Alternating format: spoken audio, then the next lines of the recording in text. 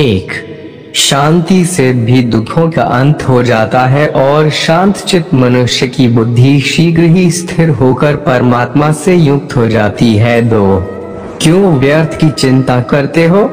किससे व्यर्थ में डरते हो? कौन तुम्हें मार सकता है?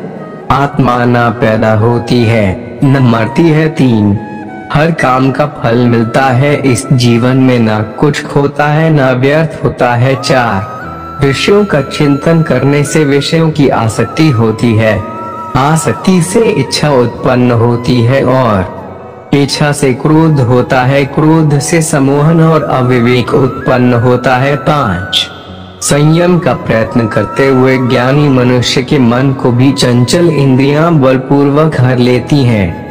जिसकी इंद्रियां वश में होती है उसकी बुद्धि स्थिर होती है। छह, जो भी मनुष्य अपने जीवन आध्यात्मिक ज्ञान के चरणों के लिए दृढ़ संकल्प में स्थिर है, वे सामान्य रूप से संकटों के आक्रमण को सहन कर सकते हैं और निश्चित रूप से खुशियां और मुक्ति पाने के पात्र हैं। सात, जब तुम्हारी बुद्धि मोह रूपी दलदल को पार कर जाएगी उस समय तुम शास्त्र से सुने गए और सुनने योग्य वस्तुओं से भी वैराग्य प्राप्त करोगे। आठ, केवल कर्म करना ही मनुष्य के वश में है, कर्म फल नहीं।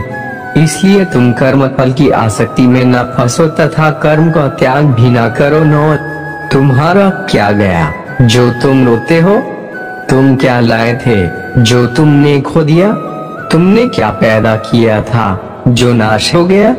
न तुम कुछ लेकर आए, जो लिया यही से लिया, जो दिया यही पर दिया, जो लिया इसी ईश्वर से लिया, जो दिया इसी को दिया। 10, जो मन को नियंत्रित नहीं करते उनके लिए यह शत्रु के समान कार्य करता है। 11, खाली हाथ आए और खाली हाथ वापस चले।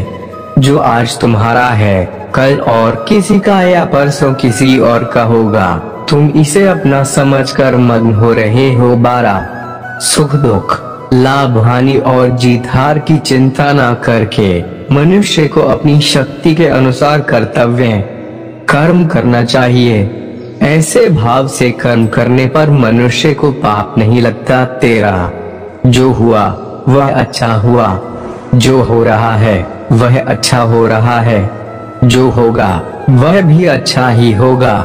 तुम भूत का पश्चाताप न करो, भविष्य की चिंता न करो, वर्तमान चल रहा है। 14, क्रोध से भ्रम पैदा होता है, भ्रम से बुद्धि व्यग्र होती है, जब बुद्धि व्यग्र होती है तब तर्क नष्ट हो जाता है, जब तर्क नष्ट होता है तब व्यक्ति का पतन हो जाता है। 15, सम्मानित व्यक्ति के लिए अपमान मृत्यु से